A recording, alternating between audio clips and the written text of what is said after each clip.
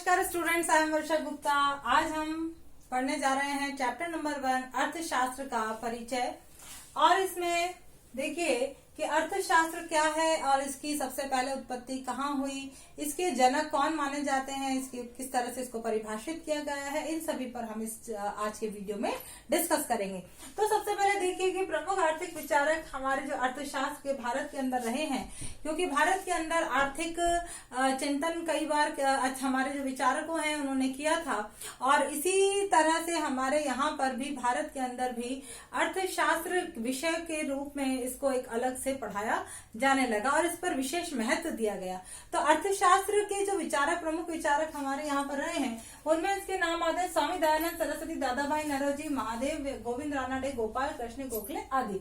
अर्थशास्त्र के जनक है एडम स्मिथ और इन्होंने जो पुस्तक लिखी है वो है an inquiry into the nature and causes of wealth of Nations.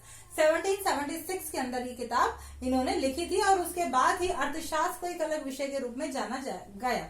इससे पहले यद्यपि हम देखें तो हमारे भारत के अंदर कौटिल्य, जो कि चाणक्य, जिनको हम बहुत अच्छी तरह से जानते हैं, तो वो अर्थशास्त्र के जनक रहे हैं। लेकिन भारत का ये दुर्भाग्य रहा कि हमने अपने जो ज्ञान था उसको धूमिल कर दिया, हमने उसको भुला दिया और कहीं ना कहीं ये जो क्रेडिट है वो हमारे एडम स्मिथ को जाता है कि एडम स्मिथ ने अर्थशास्त्र को एक नए विषय के रूप में प्रस्तुत किया। इसी पुस्तक के साथ 1776 के अंदर अर्थशास्त्र को अलग अलग अर्थशास्त्रियों ने अलग अलग ढंग से परिभाषित किया है कि अर्थशास्त्र वास्तव में है क्या। तो देखिए, इसको जो अर्थशास्त्र की परिभाषा है इसको 5 भागों में बांटा गया।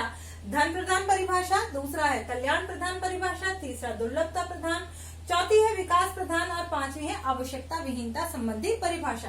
तो पहली परिभाषा को देखिए, धन प्रधान परिभाषा। ये परिभाषा दी है एडम स्मिथ और जेबी से जैसे अर्थशास्त्रियों ने।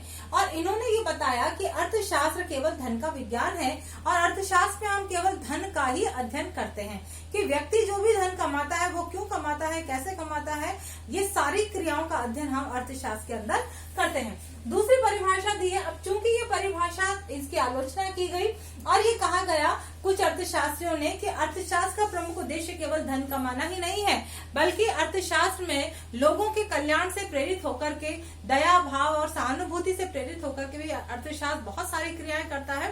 इसलिए इन्होंने जो इसके आलोचक थे उन्होंने एक नई परिभाषा दी और उन्हें कहा गया कल्याण प्रधान परिभाषा। कल्याण प्रधान परिभाषा में थे मार्शल और पीगू जैसे अर्थशास्त्री थे, जिन्होंने अर्थशास्त्र को मानव कल्याण पर आधारित बताया और इनकी जो परिभाषा थी वो मानव पर ज्यादा केंद्रित थी। लेकिन इस पर भी आलोचना की गई और रॉबिन्स ने ये कहा कि अर्थशास्त्र में हम केवल उन वस्तुओं का अध्ययन करते हैं या अर्थशास्त्र का अध्ययन इसलिए किया जाता है क्योंकि अर्थशास्त्र में जो साधन है जिनसे हम आर्थिक क्रियाएं करते हैं वो सीमित हैं या दुर्लभ हैं। अर्थशास्त्र में कोई भी, हमारे अर्थव्यवस्था के अंदर कोई भी साधन ऐसा नहीं होता जो कि असीमित हो। हमारे पास साधन सीमित हैं और आवश्यकताएं अनंत हैं। इन अनंत आवश्यकताओं को सीमित साधनों से पूरा करने के लिए हमें चयन की आवश्यकता होती है, चयन करना पड़ता है और इसीलिए हम अर्थशास्त्र का अध्ययन करते हैं। ये परिभाषा दी है, रॉबिन्स ने दी है। रॉबिन्स की परिभाषा की भी आलोचना की गई और उसके बाद सैमुअलसन, फर्ग्यूसन और पीटरसन जैसे अर्थशास्त्रियों ने बताया कि अर्थशास्त्र में केवल विकास से संबंधित क्रियाओं का अध्ययन किया जाता है, कि अर्थशास्त्र का प्रमुख उद्देश्य क्या है, विकास की तरफ अर्थव्यवस्था को ले जाना और अर्थव्यवस्था में किस तरह के हम नई टेक्नोलॉजी प्रयोग करें, किस तरह से हम न्यूनतम साधनों से अधिकतम उत्पादन करें, इस बात का अध्ययन हम करते हैं। इसकी भी आलोचना हुई और प्रोफेसर जेके मेहता जैसे अर्थशास्त्रियों ने एक और नई परिभाषा निकाली और वो जिसे हम कहते हैं आवश्यकता विहीनता संबंधी परिभाषा।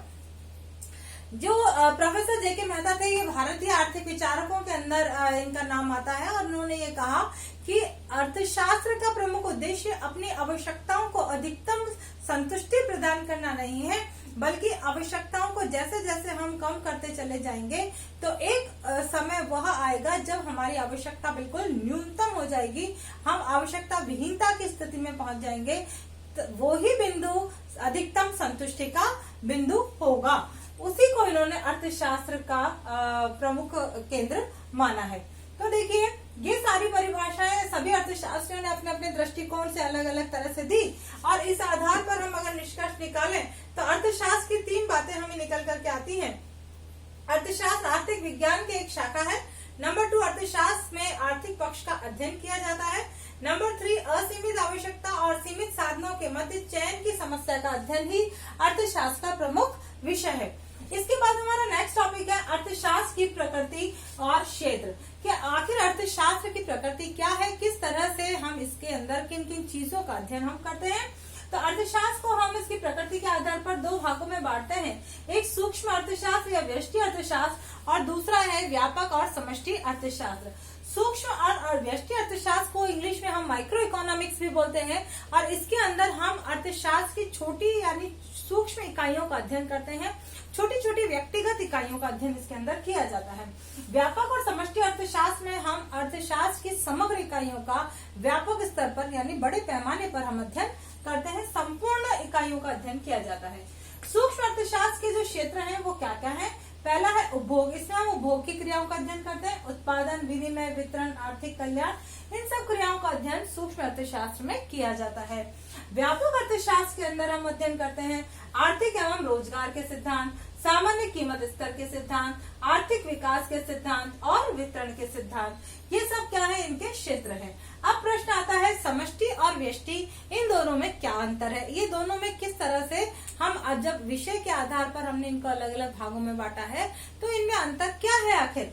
तो देखिए अंतर क्या, अध्ययन के आधार पर। अगर हम अध्ययन के आधार पर अंतर करें तो व्यष्टि अर्थशास्त्र में व्यक्तिगत आर्थिक इकाइयों का अध्ययन किया जाता है, जबकि समष्टि अर्थशास्त्र के अंदर संपूर्ण आर्थिक क्रियाओं का अध्ययन किया जाता है। विश्लेषण के आधार पर अगर अध्ययन करें तो व्यष्टि अर्थशास्त्र सीमांत विश्लेषण पर आधारित है ना। हम जो भी इसके नियम पढ़ते हैं वो सीमांत पर आधारित पढ़ते हैं, जबकि समष्टि अर्थशास्त्र में राष्ट्रीय आय जैसी प्रमुख समस्याओं का, आर्थिक सिद्धांत और राष्ट्रीय आय के स्तर जैसे प्रमुख विषयों का अध्ययन किया जाता है। क्षेत्र के आधार पर हम देखें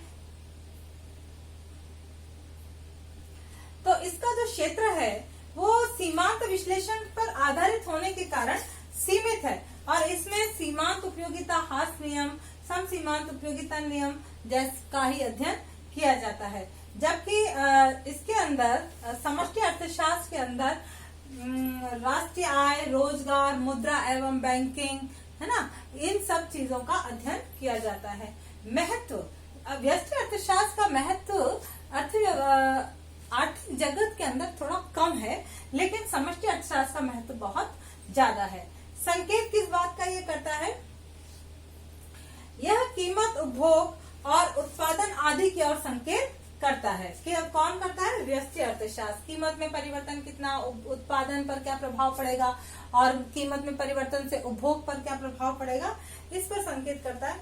और जबकि जो समष्टि अर्थशास्त्र है ये तो व्यक्तिगत उत्पादन, व्यक्तिगत उपभोग के बारे में बताता है और समष्टि अर्थशास्त्र में समग्र उत्पादन, समग्र उपभोग, है ना, समग्र कीमत स्तर क्या होगा इसके बारे में बता देता है।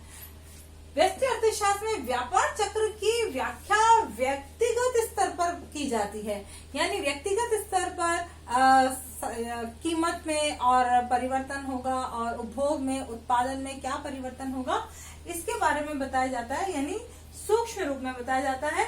लेकिन समष्टि अर्थशास्त्र में संपूर्ण अर्थव्यवस्था में होने वाले उतार चढ़ाव, व्यापारिक जगत के अंदर जो उतार चढ़ाव होने वाले हैं उनके बारे में व्याख्या की जाती है। किसमें, समष्टि अर्थशास्त्र में।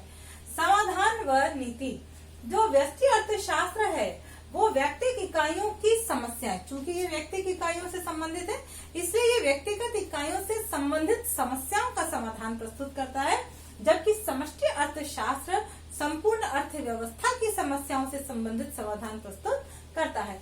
और लास्ट पॉइंट हमारा आता है सरलता।